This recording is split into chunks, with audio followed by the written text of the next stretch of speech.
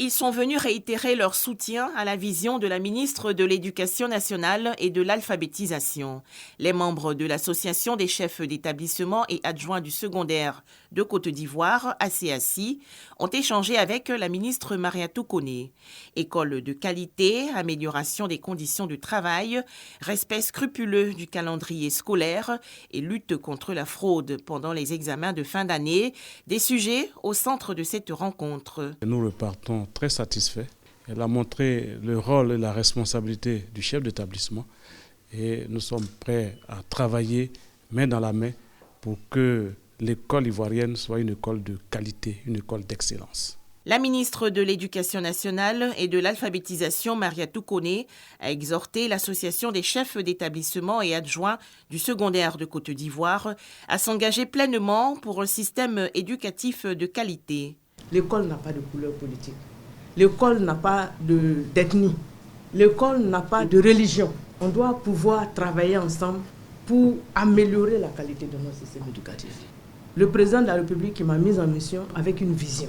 Il m'a mis en mission avec des instructions. C'est ce que j'ai essayé de faire et j'espère qu'on le fait bien puisque les Ivoiriens nous apprécient, les partenaires nous apprécient.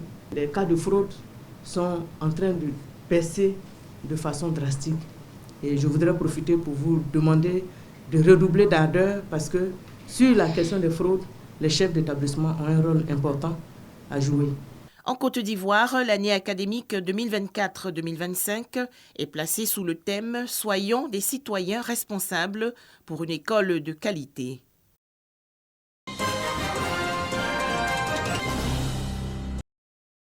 Fin d'année rime parfois avec des festivités de toutes sortes. Le gouvernement veut renforcer la prévention des risques liés aux maladies d'origine alimentaire en s'assurant que toutes les denrées animales, de leur production à leur consommation, respectent les normes les plus élevées en matière de sécurité et de qualité.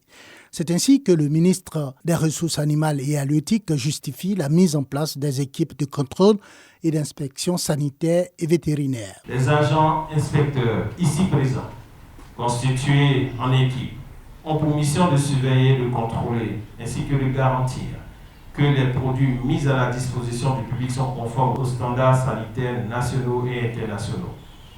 Ils interviendront également pour sensibiliser les acteurs du secteur, qu'il s'agisse des producteurs, des commerçants ou des consommateurs, sur l'importance de respecter les normes d'hygiène et de sécurité. En présence des représentants de toutes les chaînes de valeur des ressources animales, les équipes de contrôle ont reçu leurs certificats et leurs kits pour renforcer la sécurité alimentaire des populations.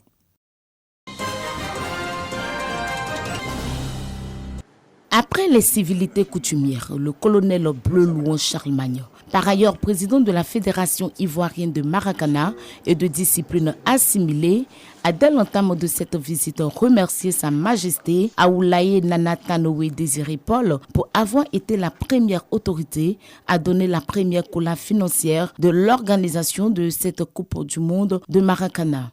Le 5e vice-président de la Chambre, Boka Yapi, a, au nom de l'institution et du roi, salué le geste du président Bleu Charlemagne et par ricochet toute la fédération pour la considération. C'est une grosse marque de considération que M. le ministre a bien voulu porter à la Chambre des rois. Nous disons merci. Merci aussi au président de la République qui a mis vraiment les moyens. Ce qui me préoccupait, c'était que Nana me fasse des bénédictions, qu'il n'y ait pas d'incident, d'écueil pendant cette Coupe du Monde. Par la suite, le patron du sport ivoirien, le ministre délégué des sports Adjé Metjo Silas, présent à cette cérémonie, a remis le trophée, un ballon trocapeur à Bounégué, avant de rappeler la volonté de l'État ivoirien de faire briller la Côte d'Ivoire au plan sportif. Nous sommes les acteurs, mais le metteur en scène, c'est le président de la République lui-même. C'est à lui que doivent aller tous les remerciements. Les remerciements s'adressent également au peuple ivoirien, la Chambre des rois et chef traditionnel. C'est dans un élan de convivialité et de fraternité que cette rencontre s'est achevée.